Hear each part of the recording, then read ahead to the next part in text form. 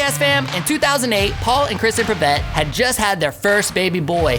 What better time to go all in, am I right? They decided it was now or never, and they jumped full-time into photography. They sold their house, sold Paul's truck, canceled all their subscriptions, and moved their family of 3 into a garage apartment so they could afford to pursue their dream. Now, 13 years and 3 more little boys later, photography is what supports their family. Hear the whole story in today's episode 153 of the WHOA G&V podcast. You are listening to WHOA Podcast, coming to you from Gainesville, Florida. Hello, everybody, and welcome to another episode of the WHOA G&V Podcast, the podcast for you businesses and individuals that make you go, whoa. I am your host, Collin Austin, and before we get into today's episode, I have to give mad love to my boy over here, James Leitner. It's his birthday today. Happy birthday, James. Dude, thanks for everything you do, man. Happy birthday. Thank you. Can I tell him your age? 26 in the house? I just did it without permission, but 20. I told him earlier, I'm like, dude, you're such a kid, man. 26. Happy birthday, James. This guy does so much for the show, so I just wanted to give him lots of love on his birthday. And definitely want to thank some sponsors before we get into today's episode. You guys, if you know someone who is about to move, tell them to give our friends, the UF Mover Guys, a call. Brad, Jordan, and the entire team at UF Mover Guys can do it all. They offer full service packing. They can move bulky items. They will disassemble that furniture that you need to move. Nobody likes to do that. Nobody likes to disassemble the furniture. So they will do that for you. You need storage, they've got your back there as well. They offer free and fast, no obligation estimates. They require no money up front. You pay when the move is complete and you are 100% satisfied. Like, who does that? Nobody does that. So give them a call at 352-415-0886. Again, that's 352-415-0886, or visit them at ufmoverguys.com. And if you want to get to know them better, go listen to the episode they were on. They were on our show, episode 102, and you can check them out. And I also have to give so much love to Leonardo's Millhopper. My man, Kyle Cohan over there, has been such a huge supporter of our show. Let me tell you guys about the early week specials that they have going on at Leonardo's Millhopper. They have Manicotti Monday, Lasagna Tuesday, which is like the big thing. Like, Lasagna Tuesday's been blowing up for months, so definitely go for Lasagna Tuesday. And Chicken Parm Wednesday. Plus, each order comes with an order of sultry and scrumptious garlic knots. You get all that for $10. Seriously, where else can you get that kind of meal for $10? Give them a call at 352-376-2001 or order online at leonardosmillhopper.com. If you would prefer to have it delivered, just go to 352delivery.com and they can make that happen as well. Kyle, appreciate you, man. Thank you so much for supporting our show. And let's get into today's episode because I'm really excited. I heard that Paul doesn't like to talk a lot. So I'm really interested to see how this goes because this is a podcast, you guys. Today on the show, we have Paul and Kristin Privette, owners of Footstone Photography. You guys, welcome to my show. Thank you. Thank you for having us. Yep. So, Paul, are you gonna talk? I am. Kristin is putting you on the spot. It's coming. You have to reel me in. Really good. Just do this and I'll... So you guys, I always love to start with a story. I want to hear one. I would my favorite thing when we do the couples episodes. I always love to hear how you guys actually met and became a couple and got married. What brought you to Gainesville, and then just your story, like why you started this business. So who wants to start? Ladies first, Kristin. I was like, thank you. Thank you. Well, I am originally from Okeechobee, Florida. Okay. Which is kind of like a Lake City kind of place, like more cows than people. Florida country. Yes. Paul used to joke that when I would go home for longer than a weekend, that I would get the Southern accent back. But I moved up here in 1998. Were you born then? Okay. She's looking at James. I moved up here in 98 to go to school, and I had a connection of a person who went to North Central Baptist Church, and they had an internship program at the church where you could live, and the church owned houses on the property, and you could live in one of the intern houses and work for the church, and that's how they paid you, is with your room. So I got that job, which my parents loved, because they're like, okay, their 18-year-old daughter is being like wrapped in this bubble of, intern girls. But that was the church that Paul grew up at. And this is where I like to pick up on the story, because her internship was the youth intern, and I was the youth. He's only a year younger than me. but still. But he was technically in high out. school, and I was a freshman in college, and so he's like Such a huge age difference, yeah. But yeah. Back then it was, yeah. So yeah, we I can't say we dated, because we were like friends for a year until he would talk to me. Well, a few months until he would talk to me, and then we were friends, and then he finally held my hand after like a year. And then we dated for a few years and got married, right out of college. So, and that's been... This year will be 20 years of marriage. Wow, 20. That's a big number. That is a big number. Yeah. I keep looking at Dave like, oh my gosh. Thank you. That's awesome. So now we have officially been together longer than we have been apart, which is crazy to think about. Yeah, that is a crazy threshold. It's been like more than half your life. That makes you old. I don't know about that, but... So you born and raised here, Paul? Born and raised, lifetime ACR, yeah. And so did you guys both go to the University of Florida, or? Mm-hmm. Okay. We did. She What'd got y'all- the degree, I did not. You stopped? I stopped, Okay. yeah. How far through? I was going to be a doctor, and I made it through 2 years of that. Okay. Before I decided I was not going to be a doctor.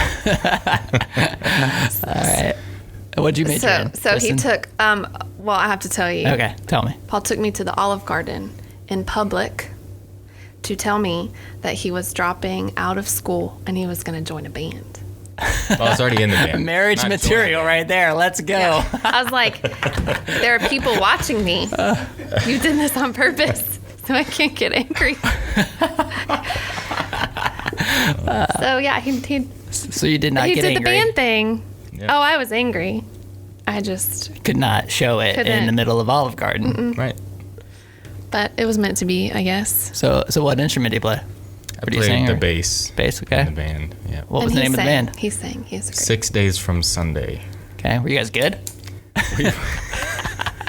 Oh, no. They were really good. Do you have any old tracks that we could like lay over this podcast? We probably Oh, he's yeah. on iTunes. Paul's on iTunes. No, not anymore. Not anymore. I think they pulled that. What kind of music was I it? think when you don't have sales for so many years, I think they pull it off Or iTunes. listens or anything. What kind of music was it? Christian rock Okay. was our genre. Cool, man. Did you do the like bar hopping stuff playing? Where did you guys Church play? hopping. Churches? Church hopping? Church hopping is what we did. Yeah, I mean, I don't know. If, No, we did the church hopping thing. We did a lot of youth camps and things like that. okay. Kind Cool. of leading music. So what did you end up majoring in? I majored in education, Okay. and I taught for 4 years. I taught out of college, 4 years out of college. I taught middle school English and then high school English at Westwood Middle School and Gainesville High School. And then, so I guess, I mean, it is, we laugh about it now. I was very angry that he was dropping out of college, but looking back, we definitely can track like how all of those decisions were meant to be. Yeah. You know, he did the band thing, but then when they weren't traveling, he would substitute teach at Westwood Middle School. And because I taught there, I was a yearbook advisor, and my yearbook rep offered me a job after a few years of being his advisor, and I went to work for him in my first ever like print job. like I was a sales representative for him. So it was a printing company.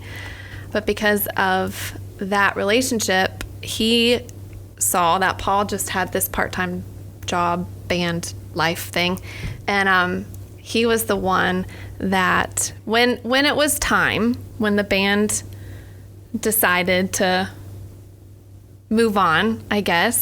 As the delicate wife say, like, that's when it ended. It was over. They decided they needed to make money. That's such a hard decision as somebody who's in a band. Yes. Because you like are so like hooked to that Yep. dream. I mean, I used to do it too, so like I know. Yep. So hooked to that dream. So I get it. I can empathize with that, man. But Steven, my former boss, connected him with his first photography job. Yeah, where does photography start to enter this picture? Like, Right. was this just a hobby that you were like really good at, or? So it was a hobby, and I can't claim that I was really good at it, but it was definitely a hobby. And I mean, This is a hobby. I'm not really good at this. I'm still trying to I'm still trying to figure this whole thing out. When I was 8 or 9 years old, I asked for a camera for my birthday, and so I would, I was a little kid that would walk around, take random pictures of things, and send them off to get developed and all that. So when that opportunity came, it was definitely an opportunity to learn. So I was excited to jump into that. And it was yearbook photography. So it was, the mug shots for the yearbook and sports pictures and senior pictures and those kind of things. Okay. Yeah. So, I mean, So what? super fun. So what year was that? Like when you were starting to get into that stuff? 2002? Would have been 3? 3 or 4, yeah, something Okay. like that. I don't know. All right. So when did this like Long start time to ago. transition into? Oh man, we need to go start a business. Do you?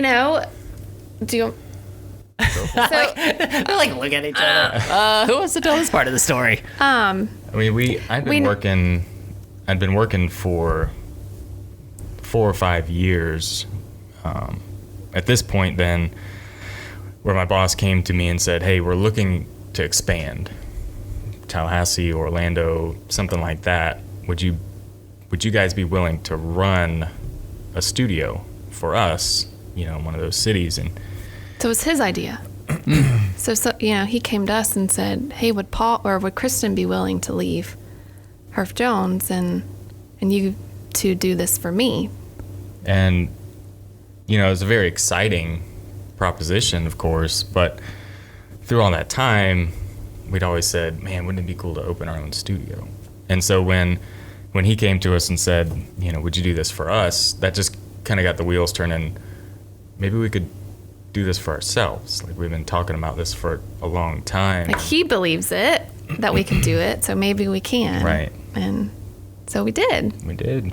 Sometimes you need that push, right? Yeah, I mean, Like just somebody else believing in you. Yeah. And he was really happy for us. Like, we didn't go into school photography, so we weren't, really a competition of his. And I think he saw that Paul because he was shooting weddings on the side and quickly went through the ranks. And I think he saw it coming. Like, Paul was just good, and he wasn't going to stay there forever.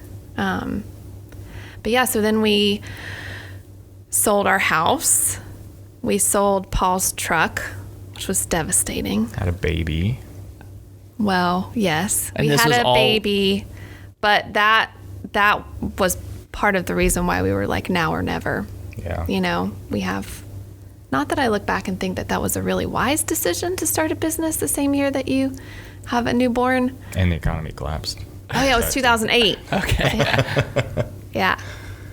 But so we sold the house, sold the car, got rid of every subscription, everything that we could cancel, and we moved into a garage apartment. And this was simply to fund the business. Mm-hmm. Okay. So we could afford do to this. not need to make much of anything. And so we rented a little space in Hale Village, and nobody knew. Like, it looked so beautiful. It was so beautiful.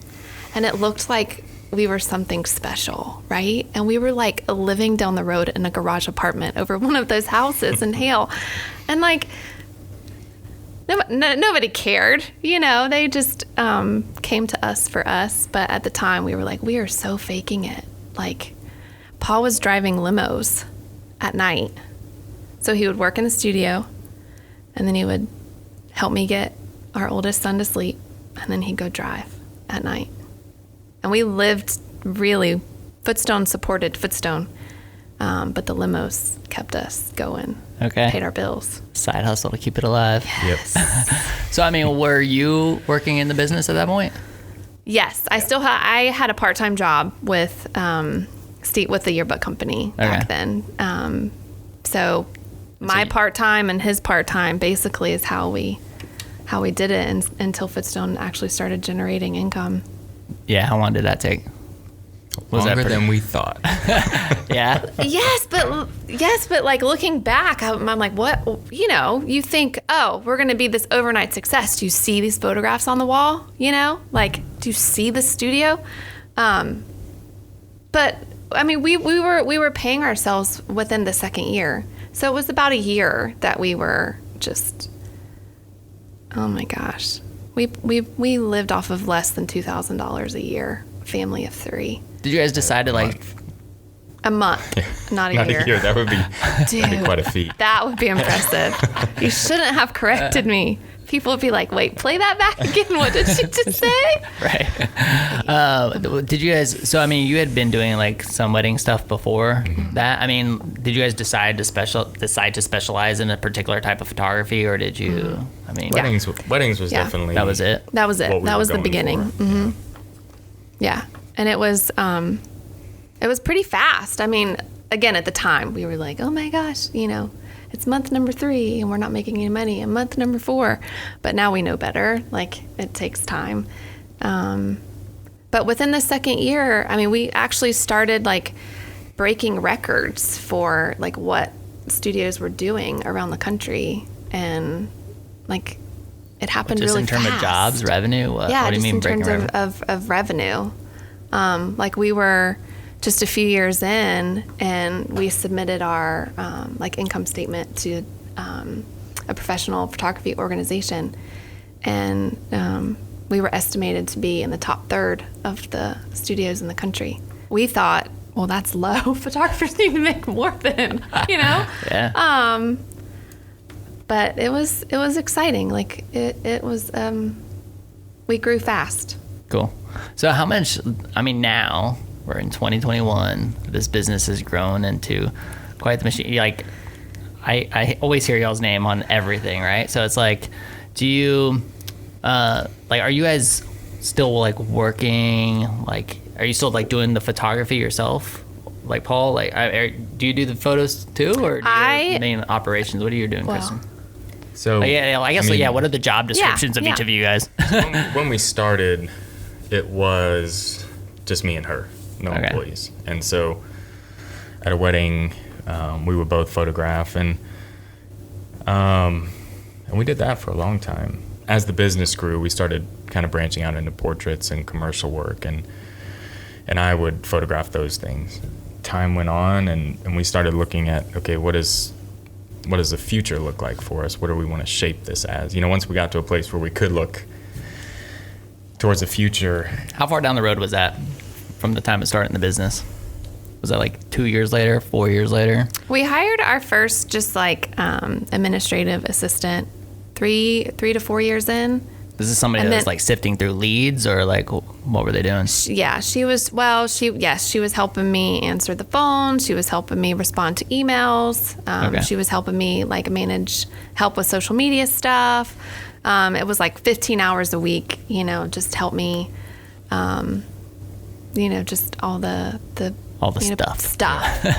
And then, I don't know, maybe you were in year 13, maybe five years in, we hired our first full-time employee, and that was a huge deal. Because you feel like, can we even take care of our own family? And then here you are, like, taking care of someone else's family. Right. But man, I'll just get emotional talking about her. She was like, she came in. Her name is Stephanie, and she is still one of my greatest friends. but she was a bride of ours, and I just loved her. And I don't even remember how it came up, but the conversation came up, and she was looking for a job, and we took a leap of faith and hired her full time. And there was it wasn't too long in where she sat us down at the conference table in the studio, and she had like this 10-page stapled booklet, and she slid it across the table, and it said Footstone Studio Makeover. It was like everything we were doing wrong. Okay. Everything. But she did it in love, and like the way she delivered it, it was like, okay, you're right. All of it. You're right. And she's like, and then I'm going to flip the page and tell you how we're going to fix it. And I'm like, okay. So she, changed a lot for us. And then she decided to have babies, and, Yeah. I couldn't keep her forever. Growth. It happens. Life happens. Yeah. And now she has 3 babies. So do you find yourself still like in the, like doing the photographer like work itself, or is it more like, are you still like in the business, or are you working on the business? So we're getting. I ask because me as an entrepreneur of 17 years find myself still working in the business. So I'm like really curious what other entrepreneurs are and working in the business all our the time. trade is service, Yeah. So I mean, Paul shoots all day, every day. Okay. People think we see each other. Hey, can you tell Paul something? I'm like, can you just text him? Because Paul shoots all day. Yeah, all the time. And then I will photograph weddings with him. And then I've recently taken over the newborns. I've finally forced him to just let me have it. So I photograph the newborns. And then we now have Allison, who took over when Stephanie left. Allison is our one full-time employee, and she will photograph seniors. She will photograph some commercial work when Paul can't. And then we have Sally, who's Paul's little sister, who shoots weddings with Allison. So now we have 2 teams. So Paul and I will shoot weddings together, and then the girls will shoot weddings together. So do you guys as owners think about like the growth, the strategy? Has it all been very organic? In terms of leads, businesses, the business that's coming in. I mean, do you want a team of 10 people? Do you just love it the way it is right now? That's a great question. Our growth has been slow. There's people you go, we have national associations, and they'll have conferences, and we go to the conferences, and there's people, who say, do this and this and this, and you're going to explode. Look how successful I am. And in the beginning, that's very exciting to hear, and you try those things, and they don't work for your market, or they don't. And so over time, we had to really step back and say, okay, well, what works for us as a business, for our personalities, and also for our market. Coming back to, I'm trying to remember where I started on that train. You're so cute. Did you see my eyes? They kind of glazed over for a second. Yeah, just talking about the organic growth. You said it was it was slow. I mean, Yes. Is that the end? Are you just fine with that? It's funny because I don't know. I'm kind of in an interesting place as a business owner these days. And in fact, we got into it with the last episode with Hero, where we're really talking about okay, do you want to grow? Like I've always been in a place where I'm like, all right, like we're doing $1 million in sales. How do we get to 2? How do we get to 5? How do we get to 10? How do we get to 100? It's like how to, right? But then I'm like, I guess the more I grew up, and now I've got like a family, and now, I'm like, dude, like I don't want to spend all this time in my scooter business. I want to I want to go spend the time with my family. So I'm always very interested. I find myself being more interested in, okay, like we've hit this level. We're cool with this level. We're cool with doing the same amount of business every single year.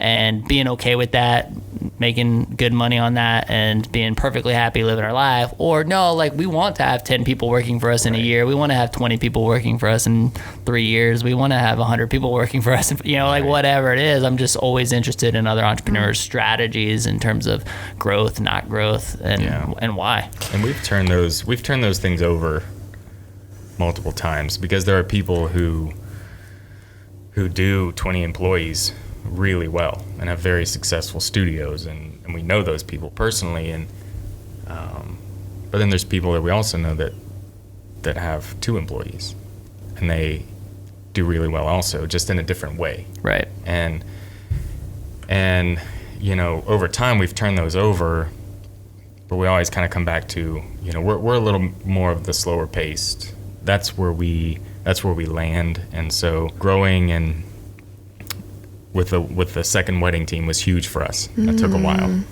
It took a lot. That was scary too. Yeah. Is it scary from the standpoint of like you're trusting somebody else with the quality of work, and you're like, they're like, oh my gosh, I hope now you're Footstone, right? And we're not there. Yeah, that is a huge step, especially with something like photography, because it's not like you can go back and get the shot that you missed of somebody's wedding. Right. There's no do-overs. Yeah, if none. you screw something up. And not only, wedding photography, well, and all photography, it's just very interesting. Like you have to be an artist, and you have to be a scientist, but you also have to be able to communicate really well with people. And so it's not easy in certain environments, especially like weddings. And so we were not only trusting them to know their gear, to be comfortable and confident enough to get into that artistic place, but we also were trusting them to like take care of the bride and take care of the bride's mom and take care of the groom's mom and and the groom. It was a lot, and they're killing it. Like they are incredible. I don't think it'll be long before people want them. They're like, oh, we're going to get you? We wanted the girls. They're so good. And they're young and they're cute, and they're rocking it. So from your mindset, like, are you just happy with that? Another team of 2? Or do you see another team of 2 and another team of 2? So I used to be, when we first met even, like, and this hasn't been that long. And I might just be in that stage because we have little kids right now. And when they are all in school, maybe I'll change my tune again. But at this moment, I don't want to manage a team.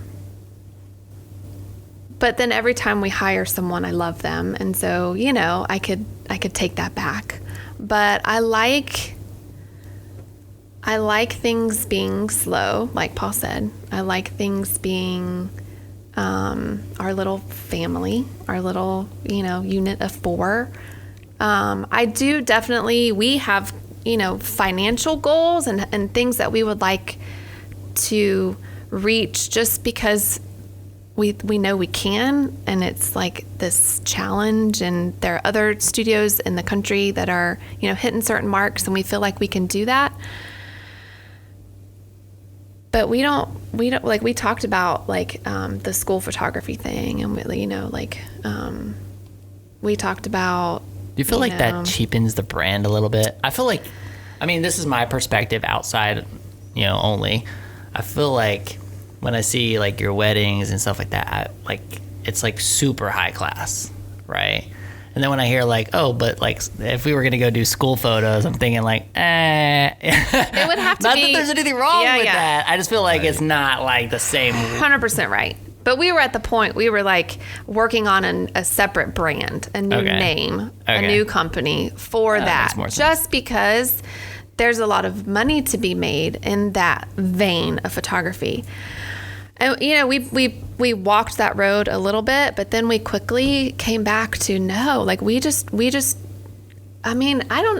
think we're spoiled for sure, because like we get to be artists every day, and we get paid for it, and it like supports our family, and it still is a passion of ours to be photographers and to make really cool things. And so I think if we would have pivoted back then, it would just have been about the income. And not that that's not important. We have 4 children. They're very expensive. But it wasn't the life that we wanted to lead. Okay. We still want to grow. Yeah. There's still, I'm Right. still like, I have my goals, I have my spreadsheets, I have my forecasting, I have my, like, Yeah. I love all of it. Like Yeah. the challenge of what we could pull off, you know, but, So I'm gonna ask you like my favorite like spouse questions. Okay. oh gosh. So which one of you is the real boss? Paul does not hesitate. No. Looks right at Kristin. No. Kristin, you're the boss. It depends on the decision. Yeah, Okay. It depends on the decision. It does. If it's anything to do with money, it's me.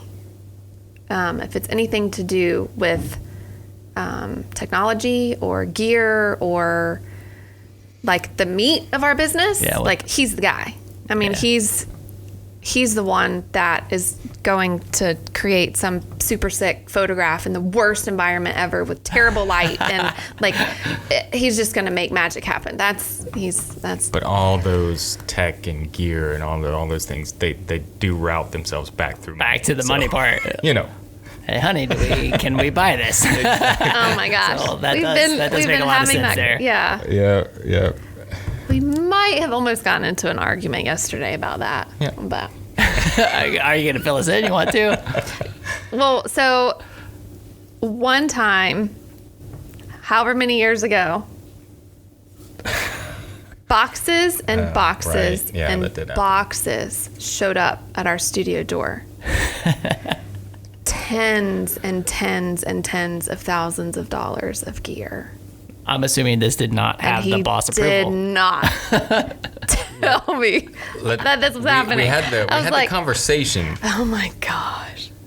and somewhere in that conversation, I got the approval that I felt like I needed. right. So you know, Maybe he would have said, one day I think we should switch from Nikon to Canon. one day just Okay. happened to be the next. And day. then, like, yeah. That's all. The clear my communication. That's a very So he important says piece. I'm the boss, but then he does something like that. That's a very important piece in business and in marriage is Yes. that communication piece. Yes. Yeah, I've learned those lessons myself. So, I mean, what's the biggest challenge of working with your spouse? Oh, now you're gonna look at me. It's hard, man. I know that because Let's be real. It's not easy. Why, Paul? yeah, why? Why is it not easy? You spend all of your time together, and part of that time is doing stressful things, and then you come home and you're doing stressful things until it's time to go to bed, and you wake up and you do it the next day. I mean, it was definitely a process. Learning to navigate, you know, kind of separating those things, Yeah. the home life and the business life. We still don't separate No, it. we're Come on. we're terrible at it. We talk Yeah, I about was gonna ask that. Are you able to turn it off like no, when you get home? Never. So you guys get home But- from the studio from work and you still talking photography our- all night? But our Well, conversations have changed, I think. that's true. Our think we're- conversations at home about business anymore are the future and Yeah. dreaming and You're right. It's more, fun conversations and hopes and dreams versus like, you didn't do this order and that order, and I still need Right. this and that. And I totally did that to him for a long time. yeah, we leave those things at the studio. They're And still here. Yeah. I leave them at the studio. All right, so what's the best part about working with your spouse? Aw. I'll let you answer. Oh, that that's. one. I wanted to answer Did you the want to? bad Yeah, part. well, yeah, you can answer that one too. What's the bad part about working with your spouse, Kristin? It's me. I'm the hard one. Not Hey, Paul. dude, you're lucky. She admits it. It's so true. It's so true. Because I will just, press the gas and be, moving 100 miles an hour and I'll just rapid fire, pop, pop, pop, pop, pop. I need this. I And need he's that, do just, this. like he's just, I'm a processor. So it's totally my fault. All the like, yeah, the downs were my fault. He doesn't want to work in an office with me. He always has to be in another room. But I would sit beside him all day. Okay. Is that because, like, hold on, does she, like overlook the shoulder and be like, what about this? Yeah. What about this change? Does she try to help you edit or something? Or, like, she's, like, over the shoulder and, like, making suggestions? Is that why you don't want to sit next to her? You hit on a button there. Yeah. I feel like Oh, my gosh. Hey. I only look over your shoulder if you're editing a picture of me. Anyway. Okay, maybe I used to do that. Well, because I'm a woman, and I would see things in a photograph that he would not see, and I felt like I should tell him, like, she's going to be insecure about that, or she's not going to like that, or don't choose that one, choose this one, right? Mm-hmm. I mean, those were all, like, yes, really valuable things to know, right? Yes. To how a woman, sees herself. But would you prefer for her not to put that input? We've worked through a good system to where she gets that input Okay. up front, so I know what we're working with, and yeah. I'm gonna become like this entrepreneur marriage counselor on this side should. and like record everything, put it out there, do all spouses all the time. We could talk this whole time about marriage and working together, and oh my god. So what's I mean what's the benefit? What's the great part? I'll start. Now he's gonna try to like. There's nobody I would rather work with.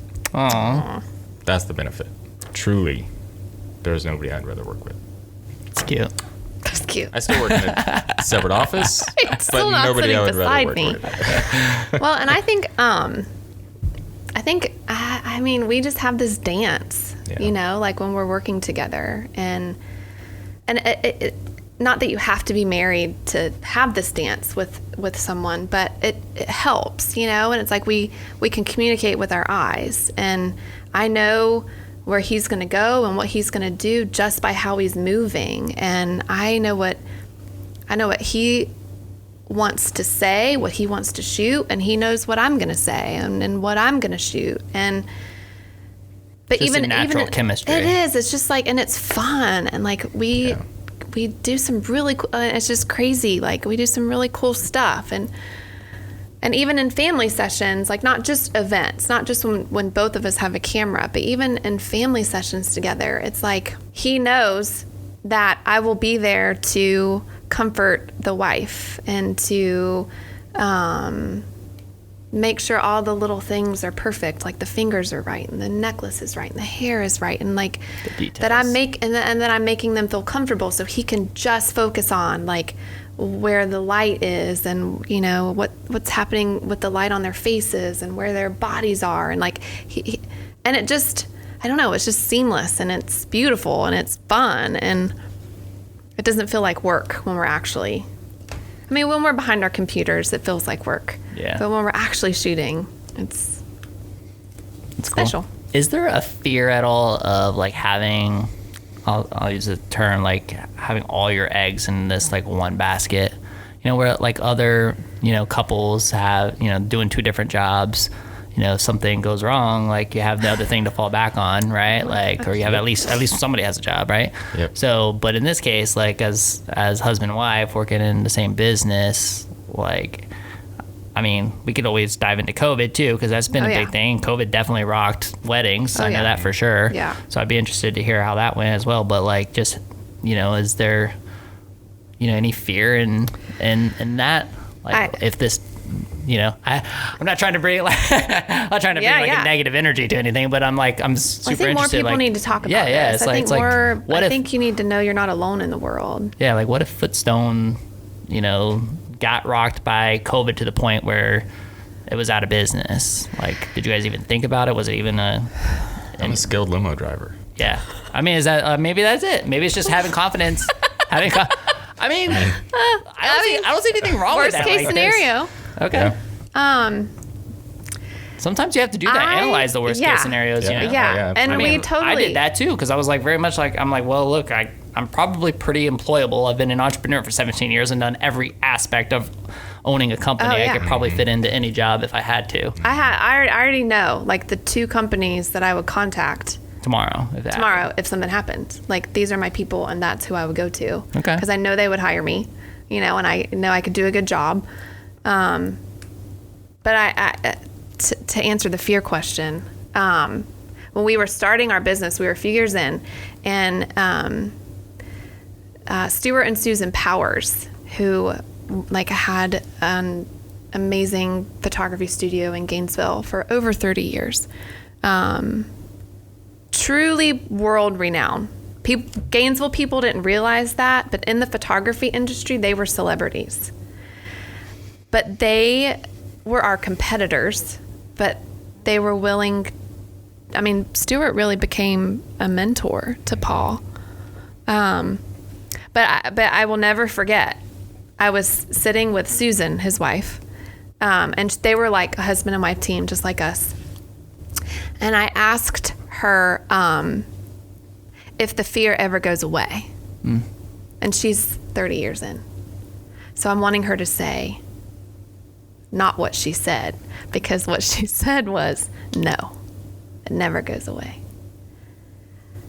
It's different. It changes.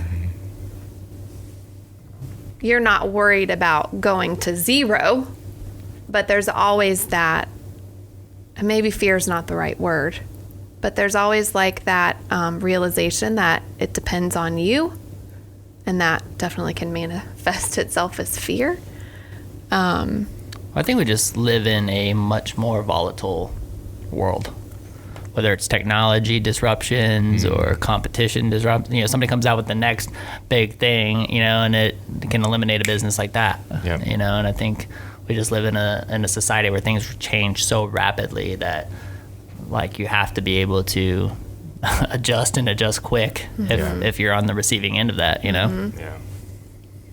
So did COVID really disrupt you guys? Mm-hmm. Yeah. Oh yeah, it was in a matter of 24 hours, it basically went to zero. Everything canceled. Everything, or not just canceled, postponed. If they were canceling, they all wanted their money back, which of course they should have. Even family sessions who had already happened, like we had done the session, retouched the work, ready to order, like said stop, because they were all afraid. They're like, I need my money back. So yeah, it was scary. It was intense for a little while. Yeah. So what happened? So can we keep going, or Yeah. okay. Go for it. So I'm feeling like I have to okay, my Gainesville people are all listening. This isn't just, but I mean, this is personal, but that's what we're here for, right? Yeah. Okay. Like you said earlier, I think, these stories, one, they're completely relatable. So many businesses in the last year have definitely gotten rocked by, even Hero last week when we were talking to him, businesses got rocked by COVID, and, I think it's easy to say, okay, on social media, you can definitely see, we all know that people on social media tend to show the highlights, the best parts of everything, right? Sure. But I think the good thing about a podcast is that you haven't, there is an opportunity. I've been super transparent on here with everything that's been going on in my life. And I think that really resonates and really connects with people, because we definitely have an audience out there that feels very much in the same place of it's just nice to know that I'm not alone in this. Right. Yeah. So it got really scary, and we're like, okay, well, the cash that we have on hand, when's it going to run out? How long can we be okay? And we would have been okay for several months, but that's not a very long time, So in that moment, truly, when everything shuts down, shut down, and we're at home and we're all quarantined, and we're, I'm probably crying, and we're trying not to panic, but we totally are. Paul gets a phone call from The limo company. Yeah, right.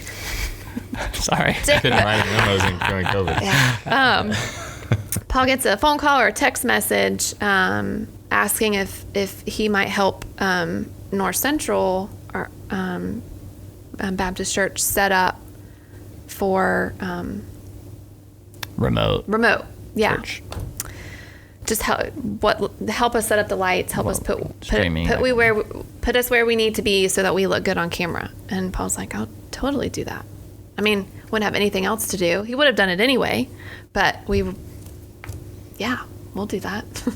I'm home today for the next 6 months. But so we went and did that. And then I guess our brother-in-law, who is on staff at Greenhouse, knew that Paul was helping North Central do it. So Patrick said, hey, can you come help us too?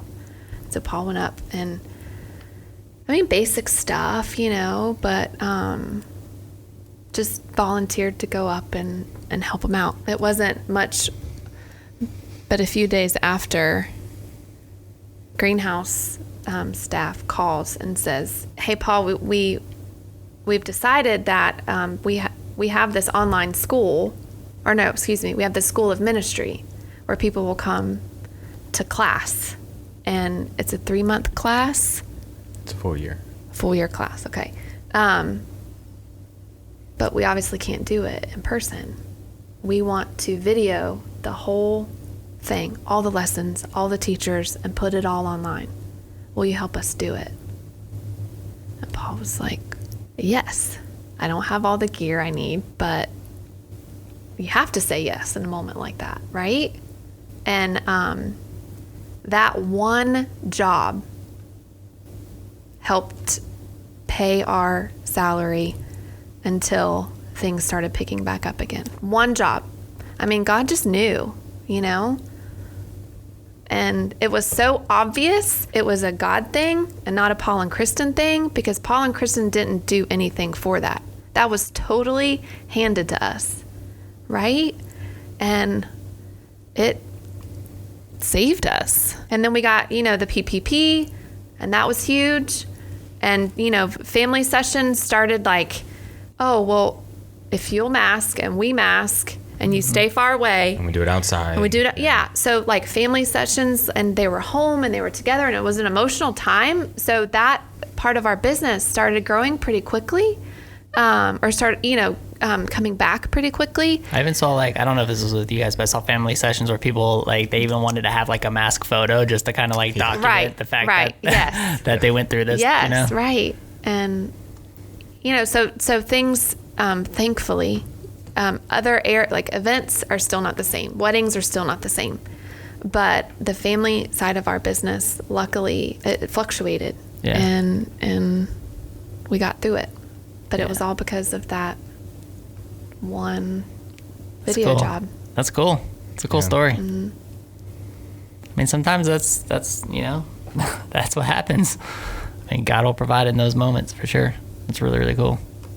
So, I mean, looking back over the entire time frame of your business, would you say that's the biggest challenge, or was there a challenge that you remember being bigger than that? I mean, you started in the middle of a recession. Well, right. See, we knew no different. We started at zero. Right, so if we made No. anything, we were like, yes. Some great businesses started So we in the didn't middle of have that recession. we didn't feel the down. Right. You We only had just the up. started growing. So I'm grateful that we didn't start in 2006. How different would that have been? Yeah.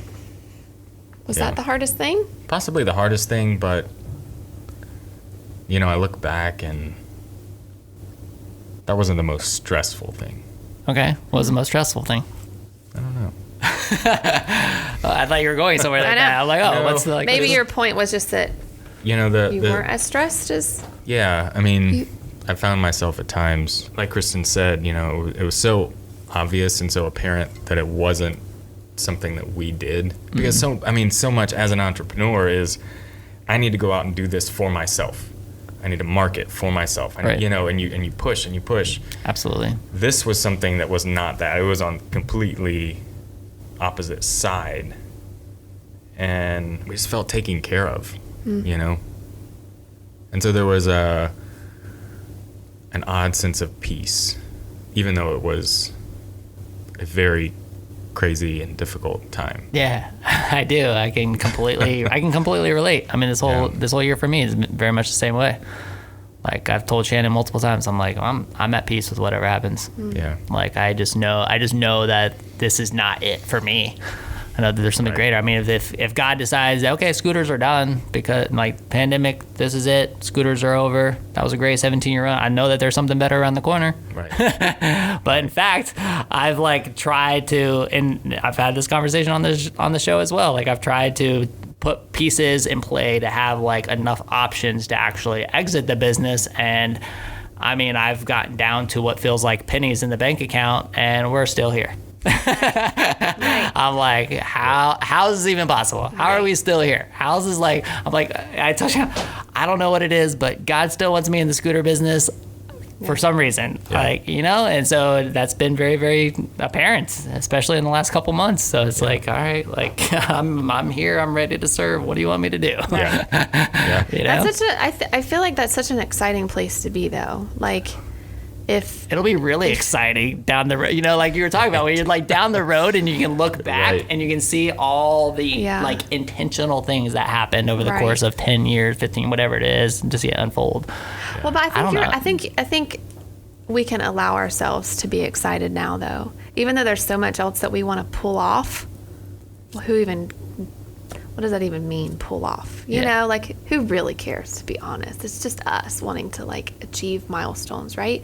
But like if you know that God put you here and is keeping you here, like that's kind of exciting, right? Because he's doing something.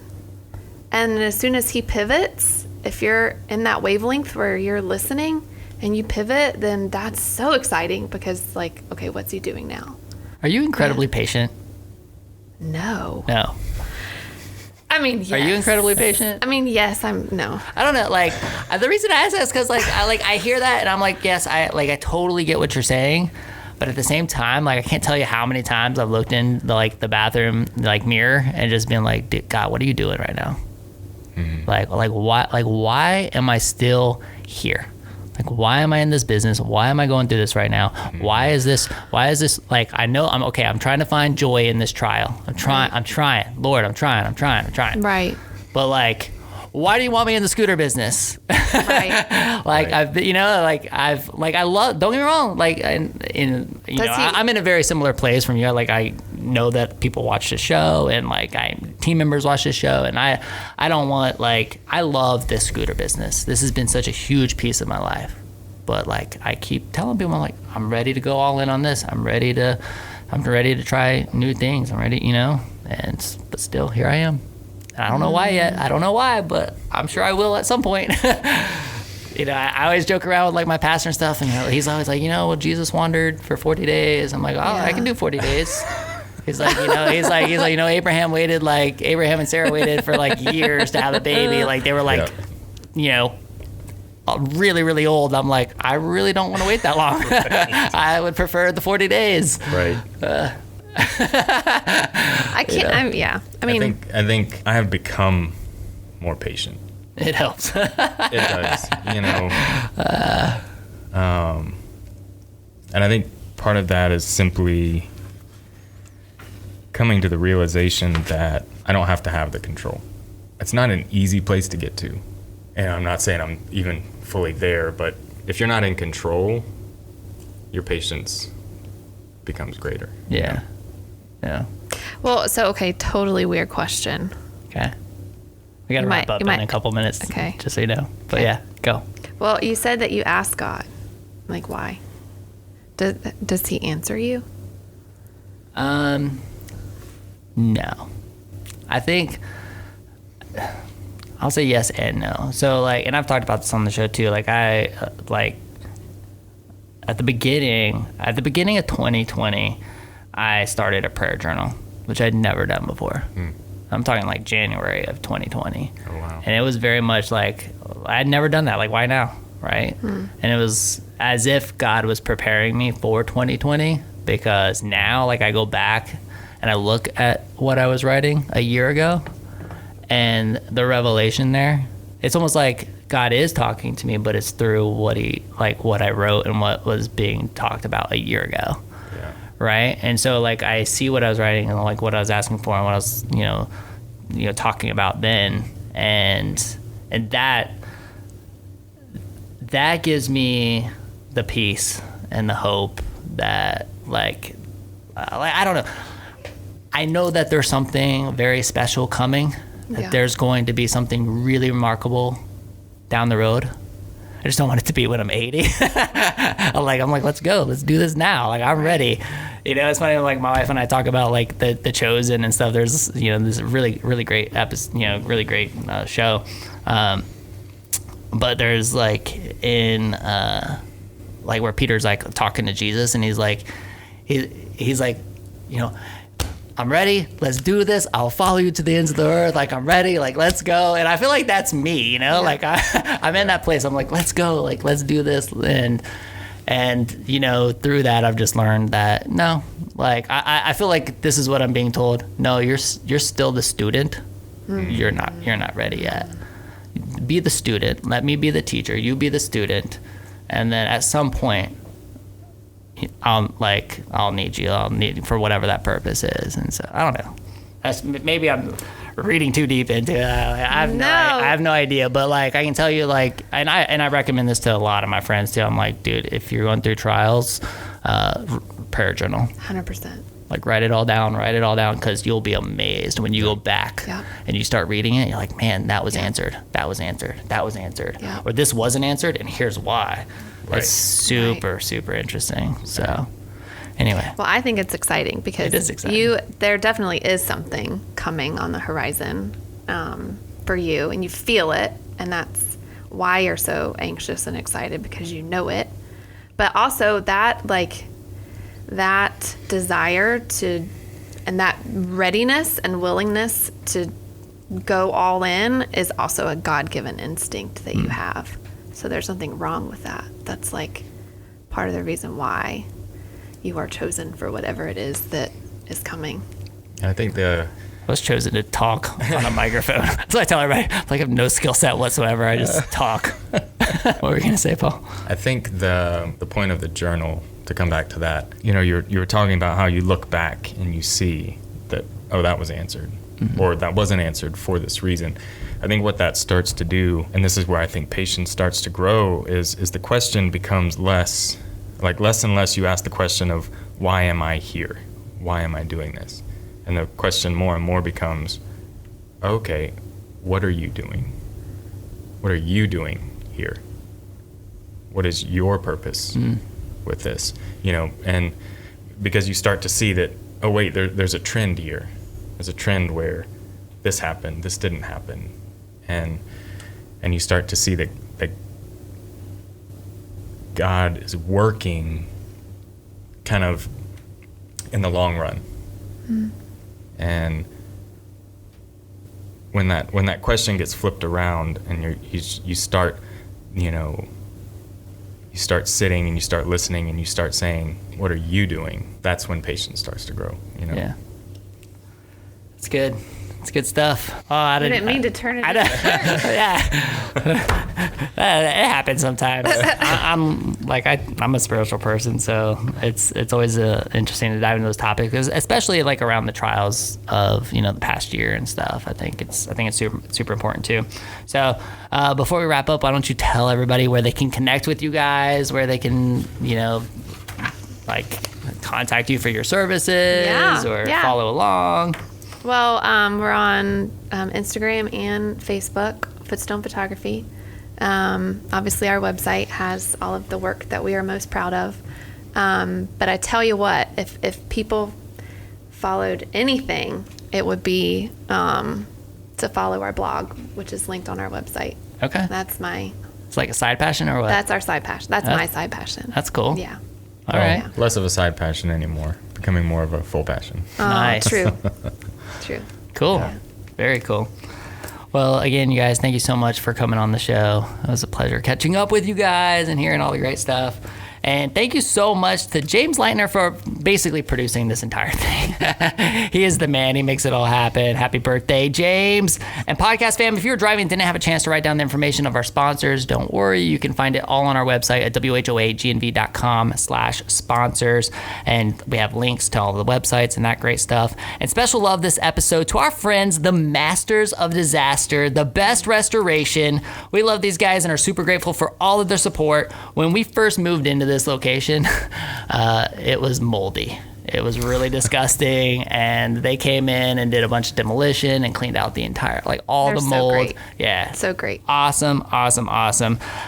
So you guys, if you need anything for your business or for your home when it comes to that, any type of disaster, definitely call our friends at The Best Restoration. You can contact them at 352-505-3321. Again, that's 352-505-3321, or visit them at thebestrestoration.com. And when you do, be sure to say, I heard you on the WHOA G&V podcast, the podcast for you businesses and individuals that make you go, Whoa. whoa.